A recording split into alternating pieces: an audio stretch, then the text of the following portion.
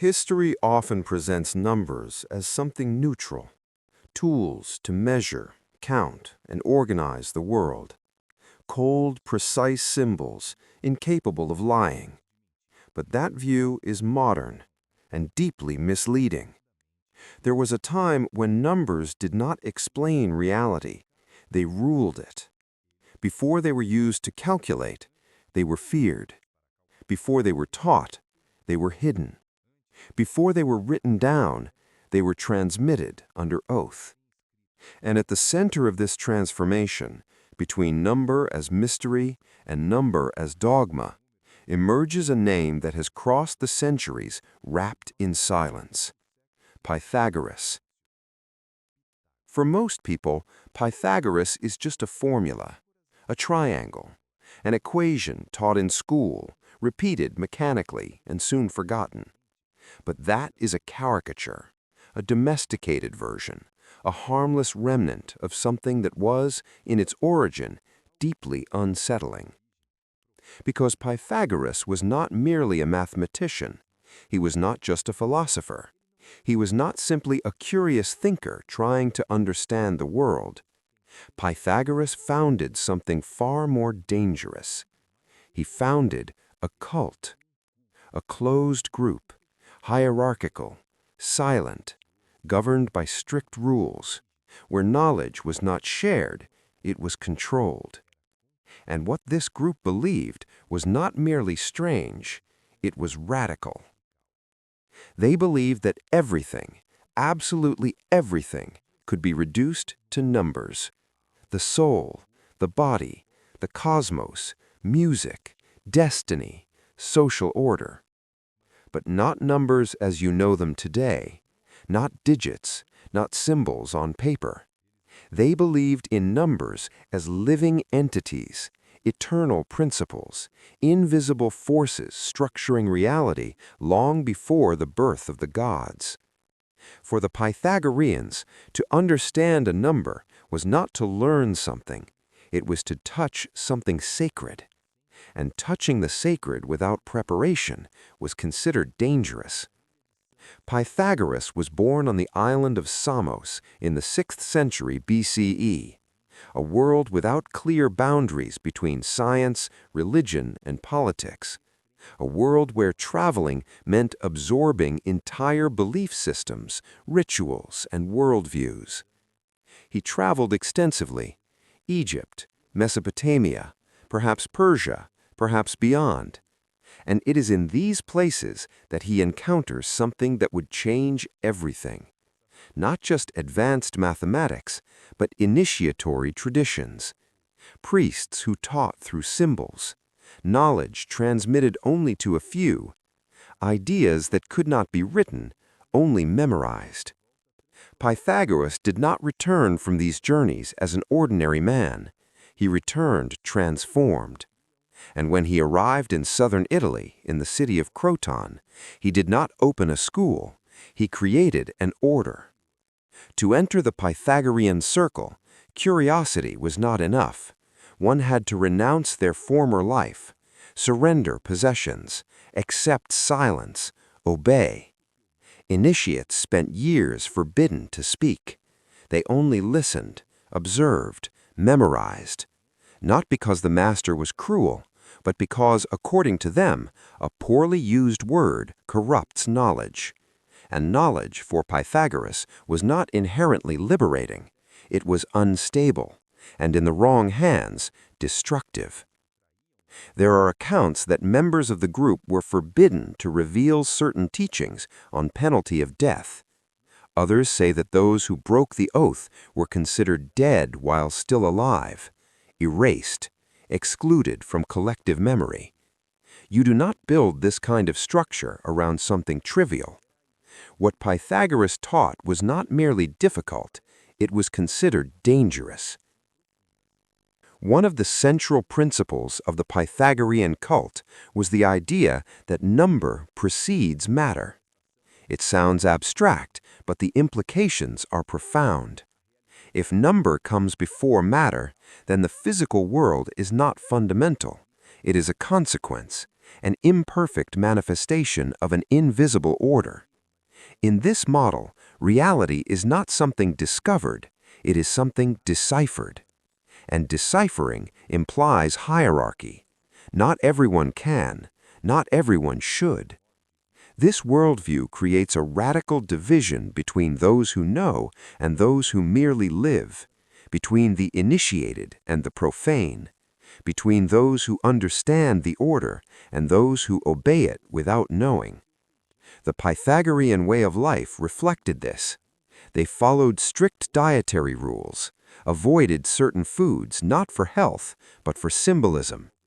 Some accounts say that beans were forbidden, not out of taste, but because beans represented chaos, mixture, indeterminacy. Others say it was because they believed souls passed through them. Which version is true matters less than the pattern. Everything was symbolic. Everything had hidden meaning. Nothing was accidental. Even music.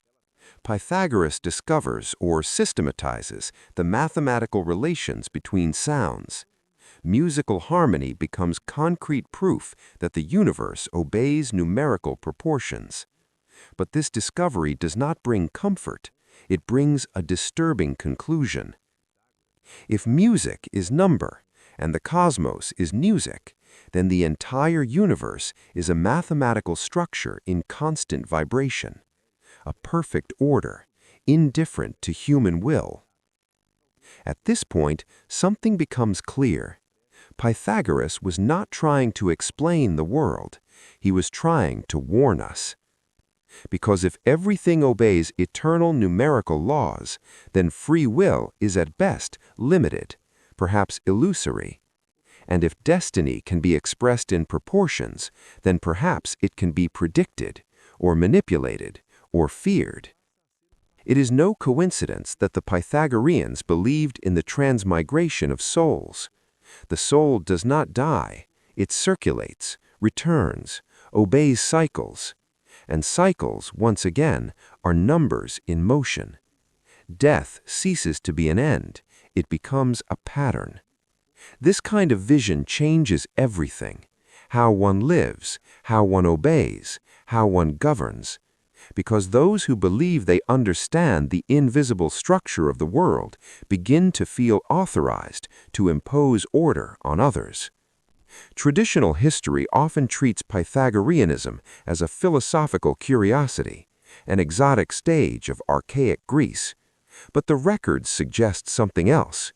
The Pythagorean group wielded real political influence, intervened in city decisions, formed alliances, created enemies, and this led to consequences. There are reports of persecutions, of fires, of executions, of popular revolts against the Pythagoreans. The official reason was political, but perhaps the problem ran deeper. Perhaps what truly frightened people was not the group's external power, but the idea it carried. The idea that the world does not belong to humans, it belongs to numbers. And those who understand numbers understand something others will never see. Pythagoras, curiously, left no written texts. Everything we know comes from disciples, fragmented accounts, late traditions. This is not an irrelevant detail. It is exactly what one would expect of something that was never meant to circulate freely. When something is not written, it cannot be confronted. It cannot be corrected. It cannot be democratized. It remains alive only within the circle. And perhaps that is why centuries later, numbers were stripped of their sacred aura, turned into tools, drained of mystery. Perhaps it was a reaction, an attempt to neutralize something that in its origin was excessively powerful. But not everything disappeared. Some ideas survived, camouflaged, diluted, repackaged. And the more one observes the evolution of Western thought, the harder it becomes to ignore an uncomfortable sensation. Perhaps numbers never stopped ruling. They simply stopped admitting it openly. And perhaps Pythagoras was not trying to explain the world. He was trying to warn us. As one delves deeper into Pythagorean thought, it becomes clear that numbers were never seen as simple tools for calculation. They were treated as the fundamental structures of reality itself.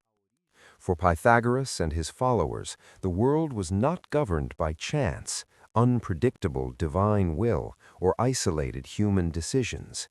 It obeyed a fixed order that existed before any human action. That order was numerical. Each number carried a specific meaning, not only mathematical, but moral and cosmological. 1 represented absolute origin. 2 symbolized division, conflict, and separation. 3 indicated balance and mediation.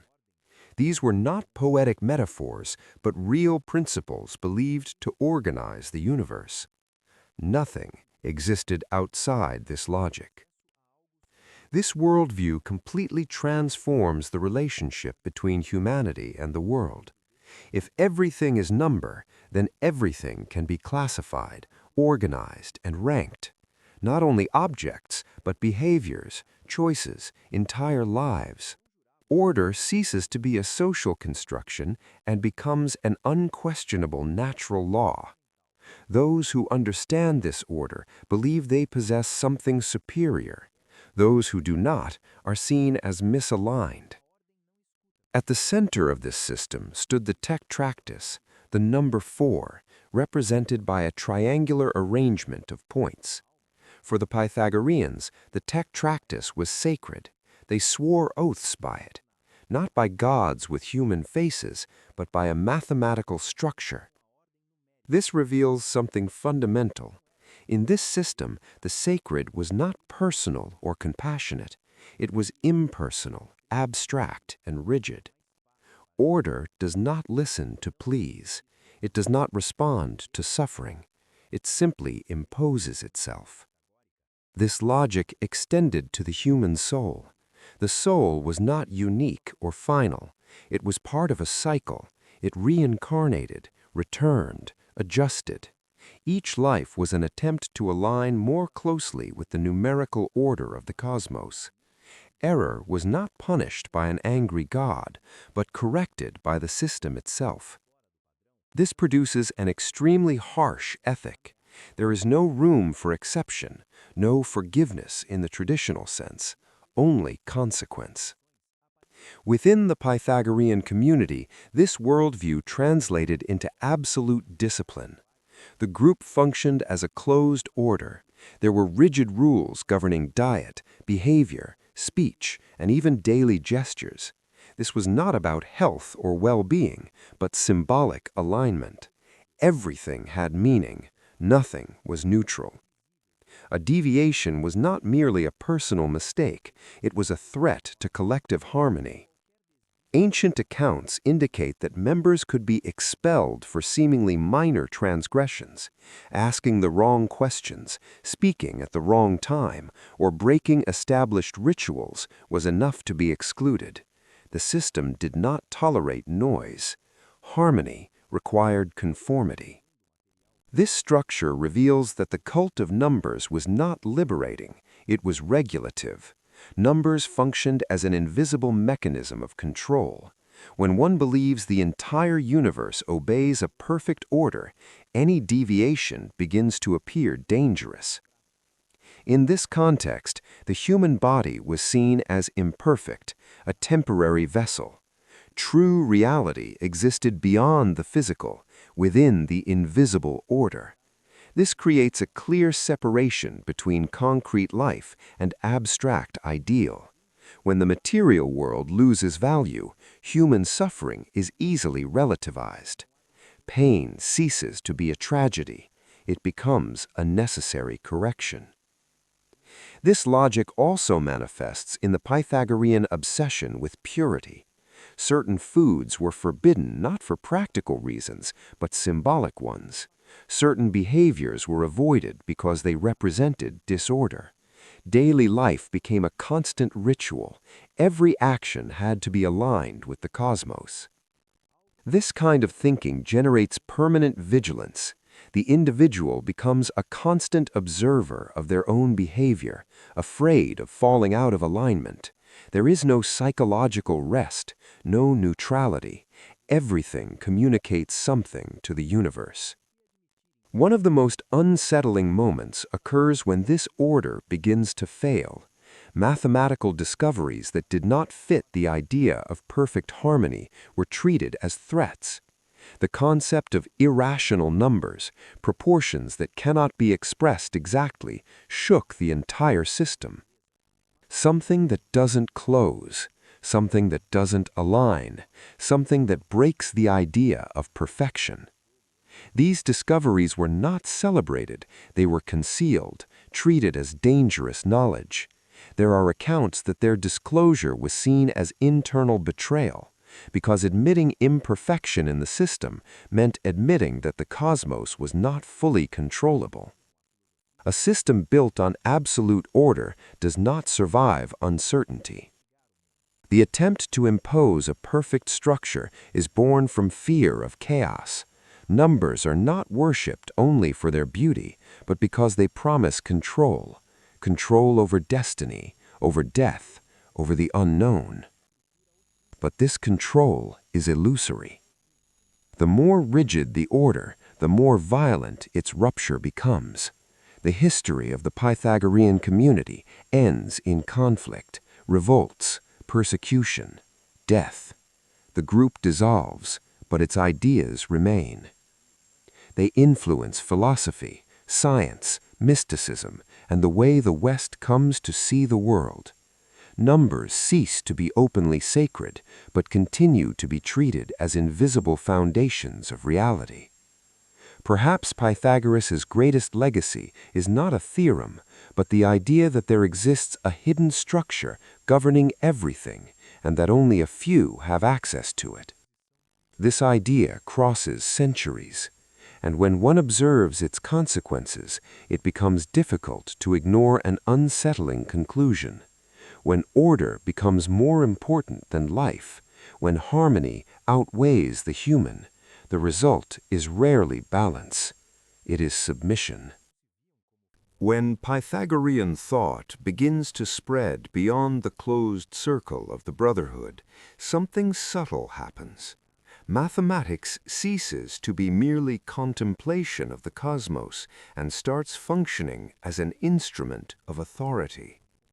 Those who master the language of numbers gain a privileged position, not only intellectual, but moral.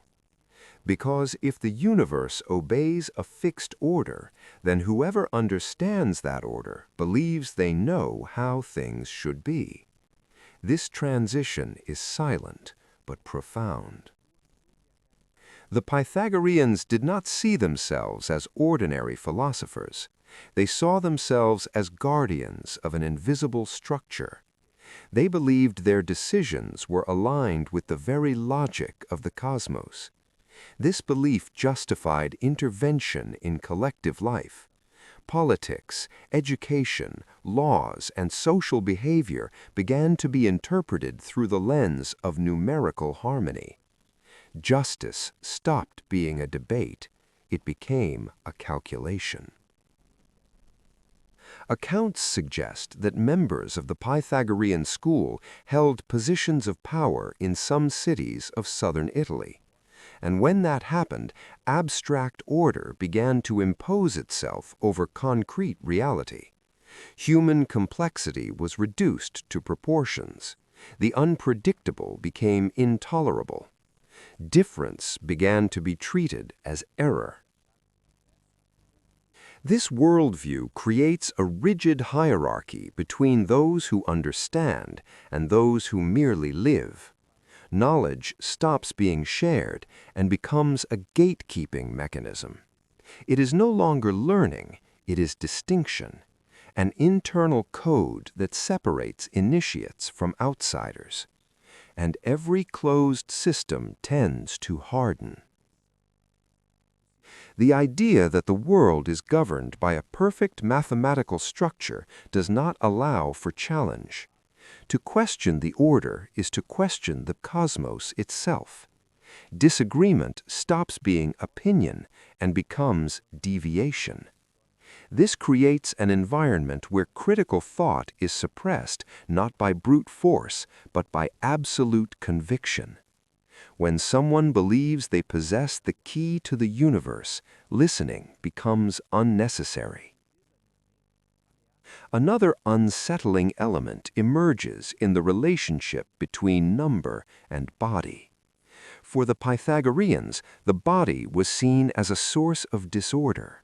Passions, desires, impulses were noise, disturbances that pulled the individual away from harmony.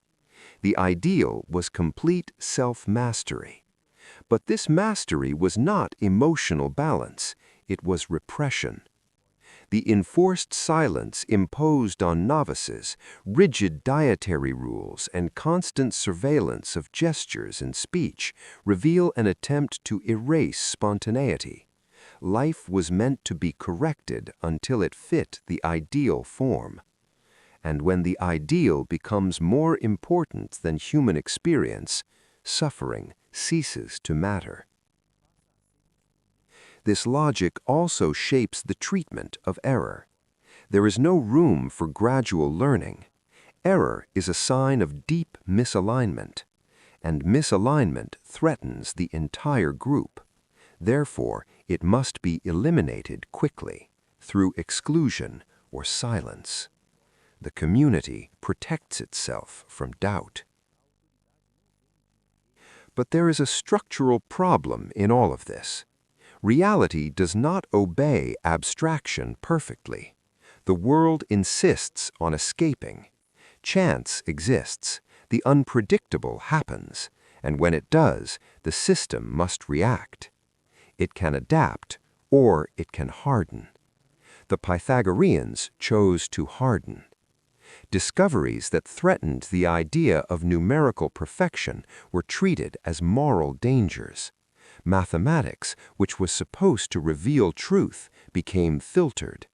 Knowledge stopped being inquiry and turned into dogma. At that moment, order ceases to be explanation and becomes an instrument of power. This pattern is not exclusive to the Pythagoreans. It repeats whenever a system claims access to the ultimate structure of reality, whether through numbers, gods, natural laws, or ideologies. The result is the same. Whoever controls the narrative of order controls behavior. The difference here is that authority does not come from a visible king or god.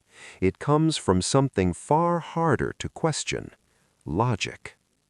And logic, when absolutized, can become just as oppressive as any tyranny. The collapse of the Pythagorean community does not happen by chance.